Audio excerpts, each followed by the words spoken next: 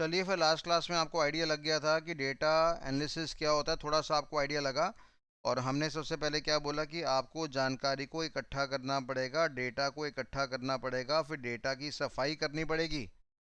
ठीक है जी। और क्लीन करने का मतलब यहाँ पे क्या था, मेरे पास क्लीन करने का मतलब ये था कि मान लो मेरे डेटा के अंदर कुछ एरर्स हैं, कुछ गलत जानकारी है। एरर का मतलब है गलत जानकारी है, या कुछ ट्रांजैक्शन मेरे पास क्या डुप्लीकेट है। मान लो एक ही ट्रांजैक्शन दो दो बार, चार चार बार, पांच पांच बार आ जाएगी तो गेम खराब हो जाएगी ना हमारे पास। मेरी कंपनी में 4 लाख बंदा काम करता है, और जब मैंने डेटा देखा तो वहाँ पे 6 लाख एम्प्लॉय काम कर रहा था, 2 लाख ट्रांजैक्शन मेरी डुप्लीकेट थी। या मान लो हमारे पास कोई जानकारी आपकी मिसिंग है। मिसिंग से बेटा मेरा यहाँ पे क्या मतलब होता है, मान लो मैंने कहा ये मेरे पास एक फ़ाइल पड़ी हुई है जहाँ पर हमें क्या करना है, एम्प्लॉयज़ के बारे में जानकारी मेंटेन करनी है। मैंने कहा एम्प्लॉय का कोड आ जाएगा, यहाँ पे एम्प्लॉय का नेम आ जाएगा, एम्प्लॉय का एड्रेस आ जाएगा, एम्प्लॉय का फ़ोन नंबर आ जाएगा। अब हम लोगों ने यहाँ पे क्या करा, कोड भी डाल दिया, नाम भी डाल दिया, एड्रेस भी डाल दिया, फ़ोन नंबर हमारा यहाँ पे क्या हो गया, ब्लैंक रह गया। बात समझ में आ रही है। पर आज की डेट में फ़ोन नंबर क्या ब्लैंक होना चाहिए? नहीं सर, ब्लैंक नहीं होना चाहिए। कल को कोई एम्प्लॉय को कोई इमरजेंसी आ जाए, उसके घर के फैमिली मेम्बर्स को हमें इन्फॉर्म करना पड़ जाए, तो फ़ोन नंबर नहीं होगा तो काम ख़राब हो जाएगा। अब हम लोगों ने यहाँ पे एम्प्लॉय का कोड डाल दिया, मान लो E02, और यहाँ पे एम्प्लॉय का नाम ही डाला। ठीक है, एड्रेस डाल दिया, फ़ोन नंबर डाल दिया। अब भैया एम्प्लॉय का नाम क्या है, शाहरुख खान है, सलमान खान है, ऋतिक रोशन है, अजय देवगन है, क्या नाम है? तो ये जानकारी भी हमारे पास गलत हो जाएगी। ठीक है जी। या मान लो फॉर एग्जांपल मैंने यहाँ पे क्या करा, एक और यहाँ पे कॉलम बना दिया, और मैंने कह दिया यहाँ पे कंपनी के डिपार्टमेंट नंबर के बारे में जानकारी होनी चाहिए। अब मान लो मेरी कंपनी में कितने डिपार्टमेंट्स हैं, हमने कहा हमारी कंपनी के अंदर डिपार्टमेंट नंबर 10 है, 20 है, 30 है। 10 वाला जो डिपार्टमेंट है मेरे पास सेल्स वाला है। 20 वाला डिपार्टमेंट एड्रेस है मेरे पास मार्केटिंग वाला है। और 30 वाला डिपार्टमेंट मेरे पास कौन सा है, फाइनेंस वाला डिपार्टमेंट है। फाइनेंस नाम का डिपार्टमेंट क्या करेगा, पैसे का हिसाब किताब करेगा, कितना कंपनी के पास पैसा आया, कितना कंपनी ने लगाया, वो सारी जानकारी फाइनेंस के बारे में होगी। मार्केटिंग के बारे में आप जानते हैं कि भैया प्रचार है तो व्यापार है, तो मार्केटिंग के अंदर भी हमारे पास काफ़ी सारी इन्फॉर्मेशन होगी कि हमने फेसबुक की ऐड में कितना पैसा लगा दिया, इंस्टाग्राम की ऐड में कितना पैसा लगा दिया, या गूगल की ऐड में कितना पैसा लगा दिया, या सर्च इंजन ऑप्टिमाइजेशन में कितना पैसा लगा दिया, कौन कौन से हमने मार्केटिंग कैंपेन्स कंडक्ट करे, क्या वो हमारे डिजिटल थे कि ट्रेडिशनल थे हमारे पास। और सेल्स वाला क्या बताएगा, सेल्स वाला बताएगा भाई मार्केटिंग वाली हरकतों से हमारे पास 1,000 बच्चे की इंक्वायरी आई है, पर कन्वर्ट हमारे पास वही बच्चा हुआ है।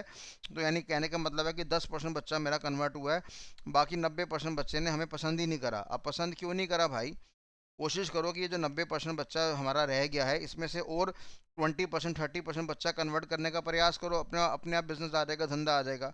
तो मेरे कहने का मतलब है हमारे पास मल्टीपल डिपार्टमेंट्स हैं। अब मैंने देखो यहाँ पे क्या करा, मैंने यहाँ पे E03 लिख दिया। मैं क्या, एम्प्लॉय का नाम क्या, ऋतिक रोशन। और एड्रेस मेरे पास क्या आ गया, मान लो विकासपुरी दिल्ली में रहता है। और एम्प्लॉय का फ़ोन नंबर भी मैंने यहाँ पे डाल दिया। अब डिपार्टमेंट नंबर मैंने यहाँ पे क्या डाल दिया, डिपार्टमेंट नंबर मैंने यहाँ पे 40 डाल दिया। अब बताओ ये इन्फॉर्मेशन मेरी गलत इन्फॉर्मेशन है कि नहीं है, इसमें क्या एरर है हमारे पास? बिल्कुल एरर है। क्या मैं कह सकता हूँ कि ये जानकारी मेरे पास इनकरेक्ट है? बिल्कुल इनकरेक्ट है। जब कंपनी के पास डिपार्टमेंट ही कुल मिलाकर 3 हैं, 10वां नंबर, 20वां नंबर, 30वां नंबर, तो भाई 40 नंबर के डिपार्टमेंट तू कहाँ से पैदा हो गया? आई बात समझ में? तो ये जानकारी हमारी गलत है, तो हमें क्या करना पड़ता है, क्लीन करना पड़ता है। यानी जो डेटा मेरे पास आता है उसको हमें साफ करना पड़ता है। तो क्लीन करने की जो हरकत होती है वो बड़ी खतरनाक हरकत होती है। अगर डेटा आपने क्लीन नहीं करा, साफ नहीं करा, तो स्वाभाविक सी बात है गलत डेटा के दम पर आप फैसले करेंगे, और फिर कंपनी को नुकसान ही होगा। तो हमने यहाँ पे क्या बोला कि अगर कोई ट्रांजैक्शन मेरे पास डुप्लीकेट होती है तो उसको हटाने का प्रयास करो। चलो जी, बात समझ में आ गई है। अगर कोई डेटा मेरा मिसिंग है, आधी जानकारी भरी हुई है, आधी जानकारी खाली है, तो भाई उसको भरने का प्रयास करो। या किसी भी तरह की हमारे पास इनकरेक्ट वैल्यूज़ हैं। ठीक है भैया। डिपार्टमेंट नंबर मेरे पास कंपनी में कितने थे, हमने कहा थी 10 नंबर था, 20 नंबर था, और 30 नंबर था। और हमने जब डेटा एंट्री करी तो कितना डाल दिया, हमने 40वां नंबर का डिपार्टमेंट डाल दिया। तो ये जानकारी हमारे पास क्या होगा, इनकरेक्ट वैल्यूज़ होगी हमारे पास। या लेटेस्ट से मेरे पास क्या हो गया, गलती हो गया, एरर हो गया। एरर का मतलब होता है कि यार कई बार है ना, देखो दो चीज़ें होती है हमारे पास, एक होता है बेटा एरर, और एक होता है मेरे पास फ्रॉड। ठीक है, अगर मैंने कहा मेरे से एरर हो गया तो यानी मैंने ये गलती जो करी है जानबूझ के नहीं करी है। और फ्रॉड का मतलब क्या होता है कि भाई मंशा ही थी हमारे पास। क्या मंशा थी हमारे पास? मंशा ही हमारे पास क्या था, गलत काम करने का था। तो फ्रॉड के अंदर हम जानबूझ के गलती करते हैं, एरर के अंदर गलती से हो जाता है। जैसे मान लो किसी बंदे की तनख्वाह कितनी थी, 20,000 रुपये महीना थी हमारे पास। ठीक है, हमने हमने यहाँ पे क्या कर दिया, डेटा एंट्री के टाइम पे किताबों में 2,000 डाल दिया, एक ज़ीरो मेरे से यहाँ पे क्या हो गया, मिस हो गया। तो स्वाभाविक सी बात है ये एरर हो गया, टाइपिंग मिस्टेक हो गया हमारे पास। ठीक है ना, हम यहाँ पे गलत हो गया। फ्रॉड का मतलब यहाँ पे क्या होता है? फ्रॉड का मतलब यहाँ पे होता है कि मान लो एक हमारे पास ऐसी फाइल पड़ी है जहाँ पे कंपनी अपने खर्चों के बारे में जानकारी डालती है। ठीक है ना, अब हमारे मैनेजर ने क्या करा, हमारा मैनेजर कहीं घूमने चला गया, उसने होटल का खर्चा कहाँ डाल दिया, कंपनी के खाते में डाल दिया। हालांकि वो बिजनेस मीटिंग थी तो उसको खुद जाना था, पर साथ में बीवी को भी ले गया, बच्चों को भी ले गया, और बीवी बच्चों का जो खर्चा है वो भी कंपनी के खाते में डाल दिया। तो अब बताओ ये गलती है कि फ्रॉड है? ये तो मंशा फ्रॉड है बेसिकली, है ना। तो यानी कि हर एंगल से हमारे पास ये फ्रॉड है। पीछे अश्लील ग्रोवर ने क्या करा था, यही करा था भैया, अपनी बीवी को लेके चला गया था, वहाँ पे खर्चे करने स्टार्ट कर दिए थे और सारे खर्चे फिर कंपनी के नाम पे डाल दिए। और बाद में पता चला भाई ये तो खर्चे कंपनी के नाम पे थे ही नहीं, ये तो इसके पर्सनल एक्सपेंडिचर्स थे हमारे पास। तो डेफिनेटली ये भी गलत बात है कि आप अपनी फैमिली का खर्चा उठा रहे हो और कंपनी के खर्चे पे, तो अपने में क्या होता है, फ्रॉड होता है। तो डेफिनेटली कहीं पर हमें एरर को भी ठीक करना पड़ता है। किसी बंदे की तनख्वाह थी मेरे पास कितने की, 5 लाख रुपए की, फॉर एग्जांपल एक आदमी की तनख्वाह 5 लाख रुपए की, वो कंपनी का चार्टर्ड अकाउंटेंट है, और हम लोगों ने यहाँ पे किताबों में गलती से क्या डाल दिया, 50,000 रुपये डाल दिया। अब जिस दिन उसकी सैलरी का टाइम आया तो उसको भाई को सैलरी बैंक अकाउंट में कितनी मिली, 50,000 मिली। अब वो परेशान हो गया, भाई 4.5 लाख रुपये मेरा कहाँ चला गया।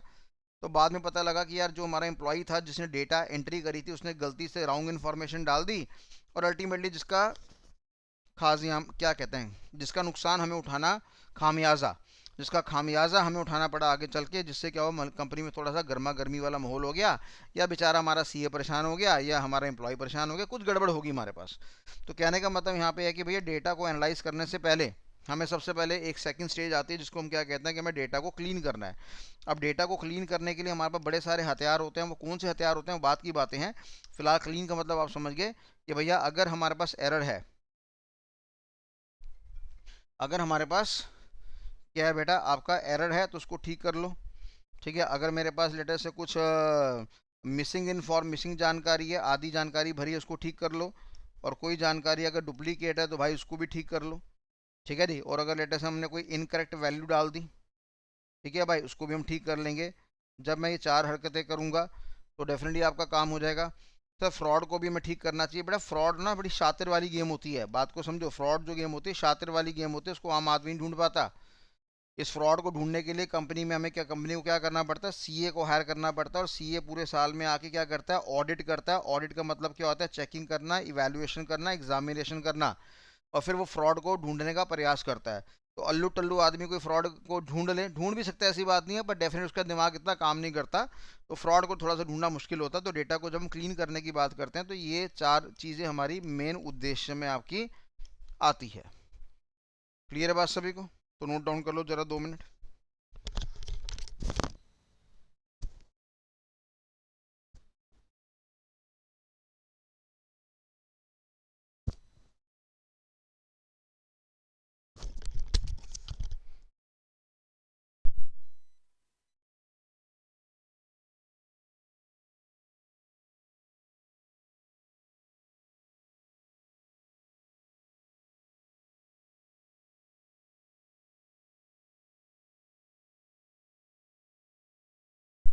तो ये सारी जानकारी किसके बारे में, क्लीन के बारे में। ठीक है, डेटा हमारा क्लीन हो गया, डेटा को हमने यहाँ पे क्या कर लिया, क्लीन कर लिया। अब हमने तीसरी स्टेज का नाम क्या दिया था, तीसरी स्टेज का नाम दिया था हमें एनालाइज करना है। क्या करना बेटा, एनालाइज करना है। और जब भी मैं एनालाइज करने की बात करता हूँ तो हमें क्या क्या हरकतें करनी पड़ती है, हमें कैलकुलेशंस करनी पड़ती है। ठीक है जी, आगे मैं एग्जांपल दूंगा। हमें स्टैट्स का इस्तेमाल करना पड़ता है। जब आप छोटे बच्चे थे तो आपने स्टैटिस्टिक्स का इस्तेमाल करा था, मीन का इस्तेमाल करना, मोड का इस्तेमाल करना, मीडियन का इस्तेमाल करना, है ना। काफ़ी सारे बच्चों को शायद ये याद हो, मीन क्या होता है हमारे पास, मीडियन हमारे पास क्या होता है, मोड हमारे पास क्या होता है। फिलहाल अभी आप घबराइए मत, याद नहीं है तो हम आपको दोबारा से याद दिलवा देंगे। तो फिर आप बोलोगे सर ये तो बड़ा आसान काम था। हमें चीज़ों को क्या करना पड़ता है, कई बार कंपैरिजन करना पड़ता है, कई बार हम क्या करते हैं, चीज़ों को कंपेयर करते हैं। हम अपनी इंफॉर्मेशन को, कंपनी की जानकारी को कंपेयर करने का प्रयास करते हैं, किसके साथ, कॉम्पिटिटर्स के साथ, जो हमारे दुश्मन होते हैं व्यापार के अंदर, है ना। मैं एक सामान बेच रहा हूँ, दूसरा भाई एक सामान बेच रहा है, तो मैं कंपेयर करूंगा, मेरी क्वालिटी बढ़िया है कि उसकी क्वालिटी बढ़िया है, मेरा प्राइसिंग बढ़िया है कि उसकी प्राइसिंग बढ़िया है, मेरा कस्टमर सर्विस बढ़िया है कि उसकी कस्टमर सर्विस बढ़िया, मेरा मार्केटिंग का लेवल बढ़िया है उसकी मार्केटिंग का लेवल बढ़िया। बात समझ में आ रही नहीं आ रही है? तो ये हमें क्या करना पड़ता है, मेरा एम्प्लॉय संतुष्ट है कि नहीं संतुष्ट है, कि उसका एम्प्लॉय ज़्यादा संतुष्ट है कि संतुष्ट है, मेरी कंपनी का इंफ्रा अच्छा है कि उसकी कंपनी का इंफ्रा अच्छा है। मेरी कंपनी में एसी नहीं लगा, वहाँ पे एसी लगा हुआ है। मेरी कंपनी को एम्प्लॉय को खाना नहीं मिलता, उसकी कंपनी को एम्प्लॉय को खाना मिलता है। तो कई मुद्दों में हमें क्या करना पड़ता है, चीज़ों को कंपेयर करना पड़ता है, क्योंकि सीधी सी बात है, कंपनी का अगर एम्प्लॉय ही संतुष्ट नहीं होगा तो कंपनी के लिए वो अच्छा काम नहीं करेगा। और जहाँ पे कंपनी वाले अपने एम्प्लॉयज़ को ज़्यादा सुविधाएँ प्रोवाइड करते हैं, वहाँ पे एम्प्लॉय भी दिल लगा के काम करता है। तो कंपैरिजन की हरकतें भी हम यहाँ पे करते हैं। और फिर हम यहाँ पे ढूंढने का प्रयास करते हैं किसका, पैटर्न। ये पैटर्न बड़ा ना खतरनाक शब्द है, इसलिए मैं अभी आपको बिल्कुल नहीं समझा रहा, अलग से मैं इसके ऊपर लेक्चर दूंगा पैटर्न हमारे पास होता क्या है। तो ये हमारे पास एनालाइज वाली बात आ गई है कि पहले हम लोगों ने क्या करा, डेटा को इकट्ठा करा, डेटा को गैदर्ड करा, ठीक है। फिर हम लोगों ने यहाँ पे क्या करा, क्लीन करा, और फिर हमने एनालाइज करा। अच्छा, जब मैं पहले स्टेप की बात करता हूँ कि मेरे को डेटा पहले इकट्ठा करना पड़ा, डेटा को कलेक्ट करना पड़ा, तो मैं कलेक्ट कहाँ से करूँगा। देखो जी, हम कभी क्या करते हैं, काम करते हैं, तो काम करते करते हम चीज़ों को रिकॉर्ड कर लेते हैं। तो काफ़ी सारे लोग क्या करते हैं, एक्सेल के अंदर रिकॉर्ड करते हैं। एक्सेल की जो शक्ल होती है वो ऐसी होती है, एमएस एक्सेल की बात कर रहा हूँ, माइक्रोसॉफ्ट एक्सेल की बात कर रहा हूँ। क्या होता है एक्सेल, वो सारी जानकारी आपको दूंगा। उसके बाद लेटेस्ट हमारे पास एक कॉन्सेप्ट आता है, डेटा बेस वाला कॉन्सेप्ट है। ये बड़ा खतरनाक कॉन्सेप्ट है, जिसके जो किसका पार्ट माना गया, डेटा बेस मैनेजमेंट सिस्टम का पार्ट माना गया है। ये बड़े खतरनाक खतरनाक टॉपिक है, मजाक में भी मैं इसको डिस्कस नहीं कर सकता, 2 4 5 6 घंटे आपके खा जाऊंगा जब ये टॉपिक मैं आपको समझाने का प्रयास करूंगा। तो कुछ लोग डेटा फीड करते हैं, जो छोटे लेवल लेवल के लोग होते हैं, गरीब लेवल के लोग होते हैं, वो डेटा यहाँ फीड करते हैं। जो बड़ी बड़ी कंपनियाँ होती है वो डेटा इसके अंदर फीड करती है, इस्तेमाल करती है।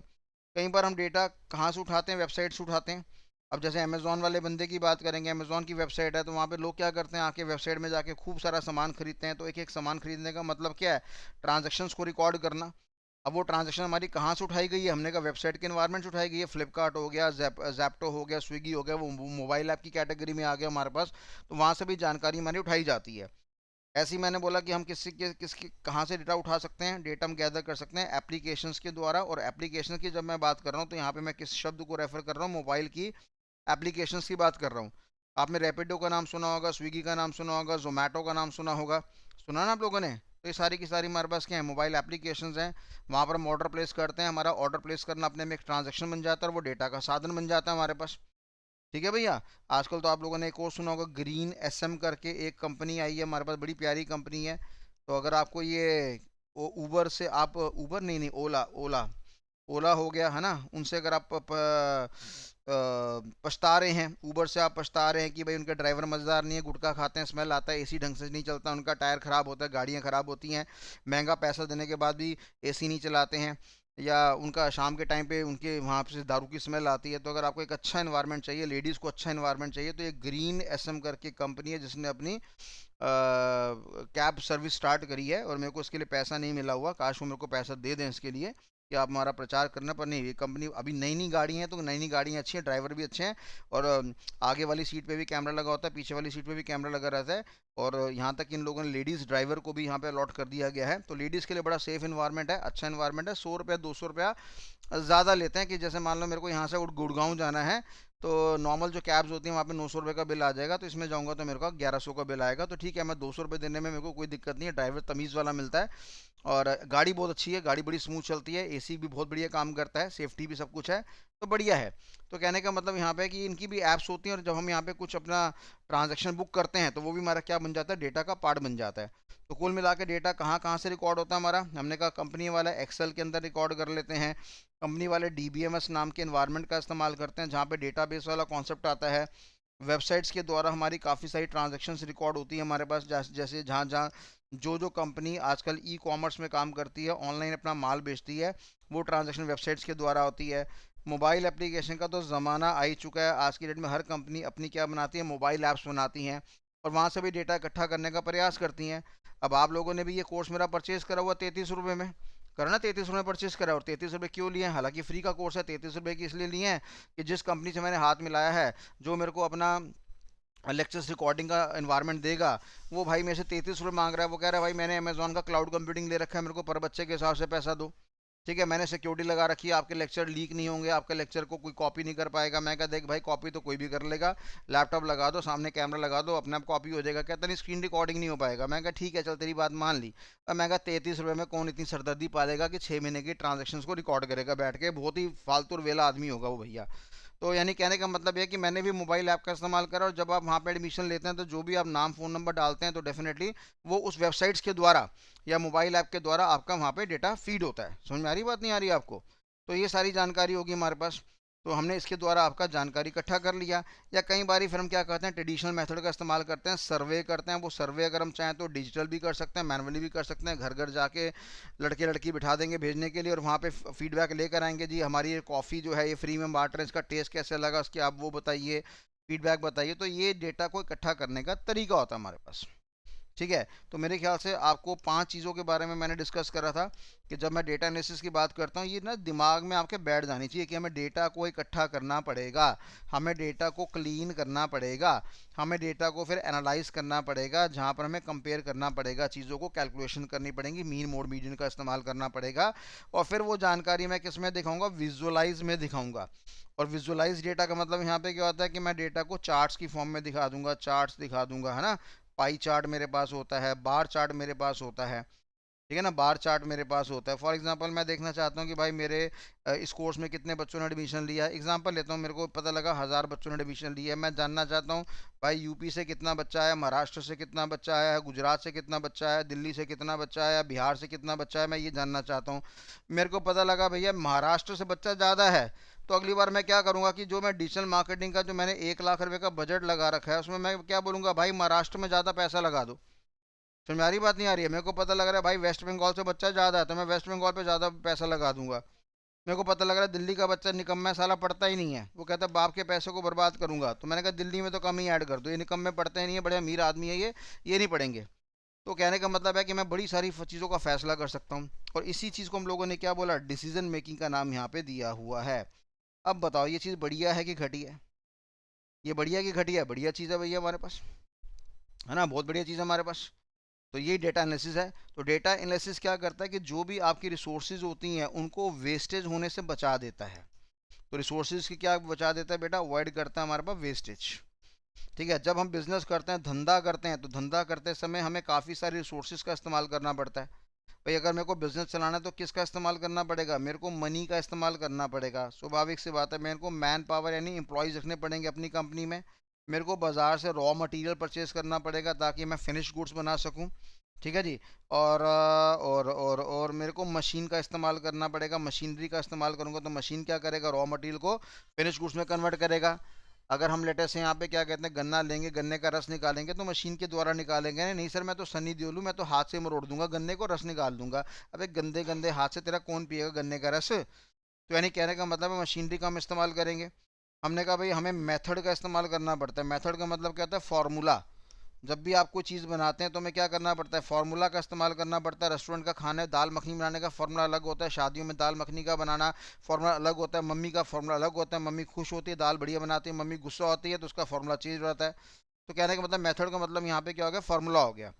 ऐसे ही हमारे पास क्या आता है भैया, हमने यहाँ पे क्या बोला, मनी हो गया, मैन पावर हो गया, मटेरियल हो गया, मशीनरी हो गया, मेथड हो गया। ऐसे हमें क्या करना पड़ता है, मार्केट भी डिसाइड करना पड़ता है धंधा चलाने के लिए। और साथ ही साथ हमारे कई बार इंप्लॉयज़ क्या होता है, मोटिवेट हो नहीं पाते, डीमोटिवेट हो जाते हैं।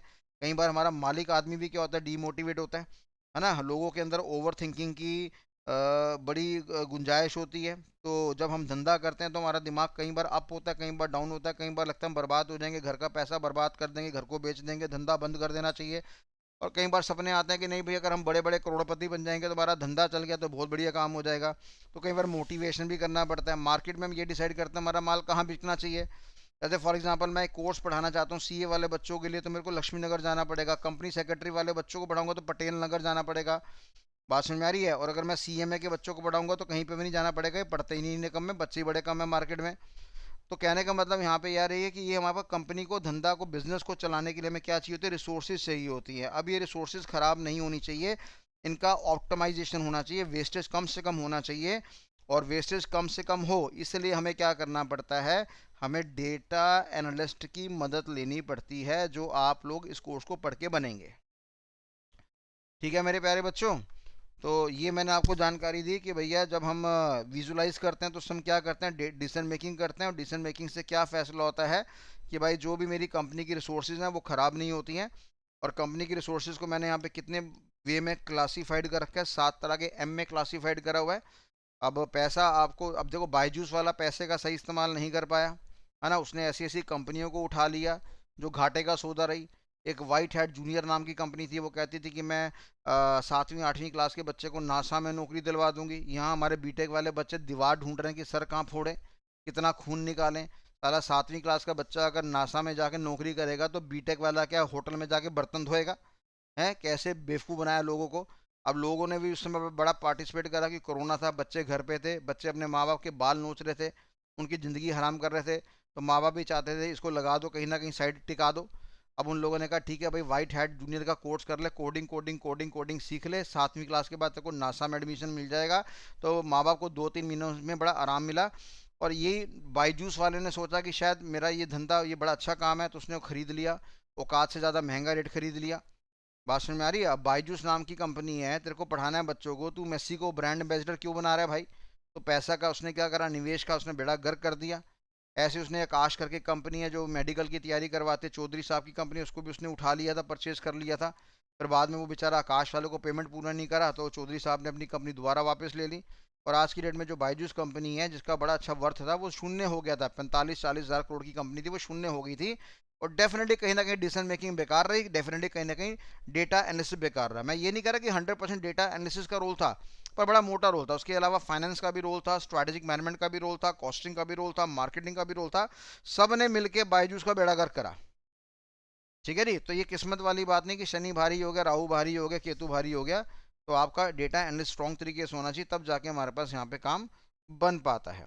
तो मैं फिर से रिकॉल कर रहा हूँ, ये चीज़ें खून में मिल जानी चाहिए आपके, कि भाई डेटा एनालिसिस आप क्यों कर रहे हो।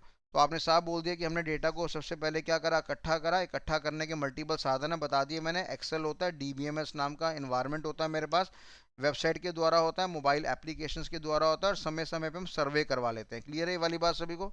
अच्छा, दूसरी बात हमने क्या बोला, डेटा को हमें क्या करना पड़ेगा, क्लीन करना पड़ेगा। क्लीन में क्या क्या हरकतें करनी पड़ेंगी? सर कोई एरर आ रहा है तो हटा दो उसको, कोई डेटा डुप्लीकेट आ रहा है तो हटा दो उसको, कोई जानकारी मिसिंग है तो हटा दो उसको, कोई इनकरेक्ट वैल्यूज़ आ रही है मेरे पास तो हटा दो। फ्रॉड को फिलहाल फिलहाल बात हम यहाँ पे नहीं कर पाएंगे। फिर हमें डेटा को क्या करना पड़ता है, एनालाइज करना पड़ता है। ठीक है भैया, एनालाइज करने के लिए हमें क्या करना पड़ता है, मल्टीपल तरह की कैलकुलेशंस करनी पड़ती है, चीज़ों को आपस में कंपेयर करना पड़ता है, स्टैट्स का इस्तेमाल करना पड़ता है, स्टैटिस्टिक्स का इस्तेमाल करना पड़ता है। तब जाके एनालिसिस हमारा बहुत बढ़िया हो जाता है। और साथ ही साथ हम फाइंड आउट करने का प्रयास करते हैं कि भाई पैटर्न क्या है। पैटर्न अपने में बड़ा खतरनाक शब्द है, आने वाले समय में आपको बताऊंगा। ठीक है जी। फिर साथ साथ देखने वाली बात यह है कि सारी जानकारी हम टेबल की फॉर्म में नहीं देंगे, क्योंकि जो हमारे पास टॉप लेवल कैटेगरी के जो लोग होते हैं उनकी क्वालिफिकेशन बड़ी हाई फाई होती है। सीए कैटेगरी का आदमी कंप्यूटर में कमज़ोर है, कंपनी सेक्रेटरी का आदमी कंप्यूटर में कमज़ोर है ना। और आपका ये सीएमए कैटेगरी का आदमी कंप्यूटर में कमज़ोर है, सीएफए कैटेगरी का आदमी कंप्यूटर में कमज़ोर है, ये सीएमटी कैटेगरी का आदमी कंप्यूटर में स्ट्रांग है, क्योंकि ये चार्ट वार्ट बड़ा देखते हैं, ट्रेडिंग व्यू में इसका ज़्यादा काम दिमाग चलता है। तो कहने का मतलब है, टॉप लेवल कैटेगरी के जो लोग होते हैं, 50 साल के 60 साल के बुढ़े कैटेगरी के लोग होते हैं, इनकी आंखें कम काम करती है, इनको टेबल की फॉर्म में डेटा मज़ा नहीं आता। तो ये साफ कहते हैं चार्ट चार्ट दिखा दो, ग्राफिकल दिखा दो, ताकि डिसीजन मेकिंग फास्ट हो सके। ठीक है भैया। तो ये हमारे पास विजुलाइज हो गया हमारे पास। और लास्टली हमने क्या बोला, लास्टली हमने बोला कि भैया हमें क्या करने का है, इतना जो ड्रामा करा है वो क्यों करा है, ताकि टॉप लेवल मैनेजमेंट मेरी क्या कर सके, फैसले कर सके, डिसीजन मेकिंग कर सके। ठीक है भैया, फैसले कर सके, डिसीजन मेकिंग कर सके, तब जाके हमारा धंधा यहाँ पे बढ़िया तरीके से काम करेगा। तो मेरे ख्याल से यहाँ तक आपको जानकारी क्लियर होगी। और हम लोगों ने यहाँ पे स्टडी कर लिया कि डेटा एनालिसिस के अंदर कितनी स्टेजेस होती हैं, 5 होती हैं। हमें डेटा को इकट्ठा करना पड़ता है, डेटा को क्लीन करना पड़ता है, डेटा को एनालाइज करना पड़ता है, डेटा को विजुलाइज करना पड़ता है। और उसी डेटा के दम पर हमें फाइनली क्या करना पड़ता है, टॉप लेवल मैनेजमेंट को डिसीजन मेकिंग करनी होती है। हर लेवल पे नौकरी है, हर लेवल पे नौकरी है बच्चों। सर मैं डेटा इकट्ठा करूंगा, इस पे नौकरी है। सर मैं डेटा क्लीन करूंगा, इस पे नौकरी है। सर मैं डेटा को एनालाइज करूंगा, इस पे नौकरी है। सर मैं ग्राफिकल फॉर्म में कन्वर्ट कर दूंगा, इसके लिए नौकरी है। ठीक है, डिसीजन मेकिंग के लिए तुम्हारी जरूरत नहीं है भैया, वो टॉप लेवल कैटेगरी के लोग ही करेंगे। तुम जैसे गरीब लोग अगर फैसले करना स्टार्ट कर दोगे तो कंपनी का तो बेड़ा गर्क हो जाएगा ना। यहाँ पे कौन फैसला करेगा, चार्टर्ड अकाउंटेंट फैसला करेगा, वो पढ़ा लिखा आदमी है। अकाउंट्स की जानकारी इसको इसको है, टैक्सेशन इसको पता है, डीटी इसको पता है, आईडीटी इसको पता है, जीएसटी इसको पता है, टीडीएस इसको पता है, टीसीएस को पता है, ऑडिट इसको पता है, लॉ इसको पता है, स्ट्रैटेजिक फाइनेंशियल मैनेजमेंट इसको पता है, इसको कॉस्टिंग के बारे में जानकारी है, अकाउंटेंसी के बारे में जानकारी है, इतना अकाउंटिंग स्टैंडर्ड्स के बारे में जानकारी है, इंड एस के बारे में जानकारी है, आईएफआरएस के बारे में जानकारी है। ओ माई गॉड सर, कैसी कैसी बातें कर रहे हो बेटा, ये सीए खतरनाक आदमी है, फैसला यही करेगा, पढ़ा लिखा आदमी ही तो फैसला करेगा। तो हम लोग क्या करेंगे, इस पढ़े लिखे आदमी को सपोर्ट करेंगे, असिस्ट करेंगे। इसलिए बाजार में डेटा एनालिस्ट की नौकरियां भर भर के हैं। इसलिए मैंने कहा था नोएडा गलती से पहुंच गए, तुम्हारा जिंदा होना ही काफ़ी है।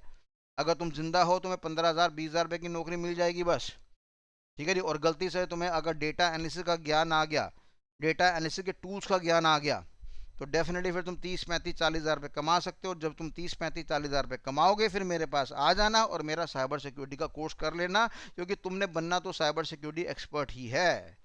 ये तो मजबूरी का काम है कि ठीक है भैया अभी घर का दाल फुल्का चल जाए, घर वालों से पैसे ना मांगने पड़े, हम इसको सीख लेते हैं। इसलिए मैंने फ्री में देने का प्रयास करा, पर माफ़ी चाहता हूँ मेरे को 33 रुपये आपसे लेने पड़े, क्योंकि जो पीछे कंपनी इंफ्रा है वो भी डेफिनेटली कुछ समय तक 33 मांग रही, बाद में बढ़ा देगी।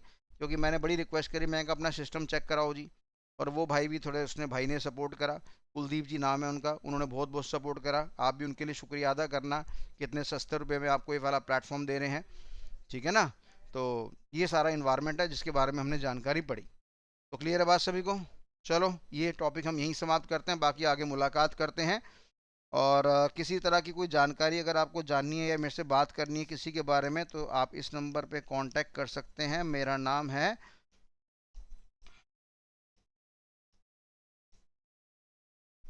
विकास कपूर। ठीक है, ये कॉल करने का नंबर है बच्चों। और अगर आप व्हाट्सएप करेंगे तो मेरे को ज़्यादा खुशी मिलेगी, कॉल करके मैं बहुत थक जाता हूँ। अगर आप व्हाट्सएप करेंगे तो ज़्यादा खुशी मिलेगी। अपना सवाल भेजिए, सवाल टाइप नहीं कर सकते कोई बात नहीं, वॉइस की फॉर्म में भेजिए। ठीक है जी। तो ये मेरा नंबर है, इस पर आप बात कर सकते हैं। और किसी को अगर ये डेटा एनालिसिस का कोर्स लेना है, वो लिंक चाहिए तो मेरे से लिंक की डिमांड कर लेना, मैं आपको व्हाट्सएप में लिंक भेज दूंगा।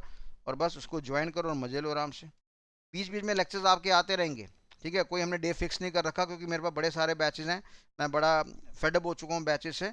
तो जैसे ही मेरे को समय मिलता है, रात को 2 बजे 1 बजे 3 बजे 4 बजे जब भी मिलता है, तो छोटे छोटे लेक्चर्स मैं आपको रिकॉर्ड करता रहूँगा। ताकि छोटे छोटे में मैं लंबे लंबे 1 1 घंटे के 2 2 घंटे के लेक्चर रिकॉर्ड नहीं करूँगा, 15 15 मिनट के लेक्चर रिकॉर्ड करूँगा, ताकि आप भी छोटी छोटी डोज भी अगर आप लेंगे डेली बेसिस पे तो काम आपका बढ़िया हो जाएगा। ठीक है भैया, चलो बाय बाय, टाटा।